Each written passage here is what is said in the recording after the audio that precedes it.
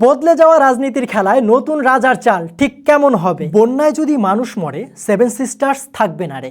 বাংলাদেশের উপর ভারতীয় আগ্রাসনের কালো অধ্যায় এক যুগেরও বেশি সময় ধরে জারি ছিল। ফ্যাসিস্ট ও খুনি হাসিনার 15 বছরের শাসনামলে ভারত অনেকবারই বাঁধ ছেড়ে দিয়ে আমাদের ডুবিয়ে মারার চেষ্টা করেছে, কিন্তু শেখ হাসিনা কিছুই বলেনি।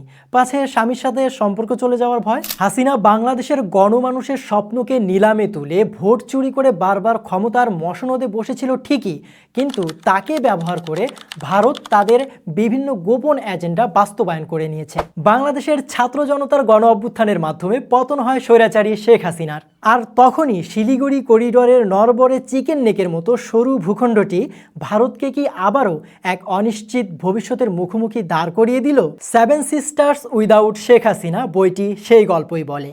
এই বইটি তুলে ধরে কিভাবে হাসিনা ক্ষমতায় টিকে থাকার জন্য বাংলাদেশকে এক প্রকার ভারতের উপনিবেশ বানিয়ে দিয়েছিল, কিভাবে দক্ষিণ এশিয়ার ভূরাজনীতির কূটচালে ভারত বাংলাদেশের অভ্যন্তরীণ রাজনীতিতে থাবা বসিয়েছিল, কিভাবে বাংলাদেশের জনগণের উপর এক অঘোষিত দাসত্ব চাপিয়ে দেওয়ার সুগভীর চক্রান্ত করা হয়েছিল, কিভাবে স্বৈরাচারী হাসিনার পতনের পর ভারতের সেভেন সিস্টার্স তাদের নাকের পানি আর চোখের পানি এক করেছে।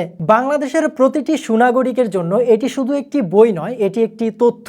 সৌরভ গোস্বামীর বিস্তৃত গবেষণায় লেখা এবং ওয়াহিদ তুষারের সহজ অনুবাদে seven sisters without Sheikh Hasina বইটিতে উঠে এসেছে ভারত ও শেখ হাসিনার যৌথ মঞ্চে লেখা এক কালো অধ্যায়। এই বইটি আপনাকে নতুন করে ভাবাবে, প্রশ্ন করবে এবং সচেতন হতে বাধ্য করবে। এখন সময় এসেছে সত্যকে জানার। বদলে যাওয়া রাজনীতির খেলায় নতুন রাজার চাল ঠিক কেমন হবে জানতে হলে সংগ্রহ করুন এই বইটি।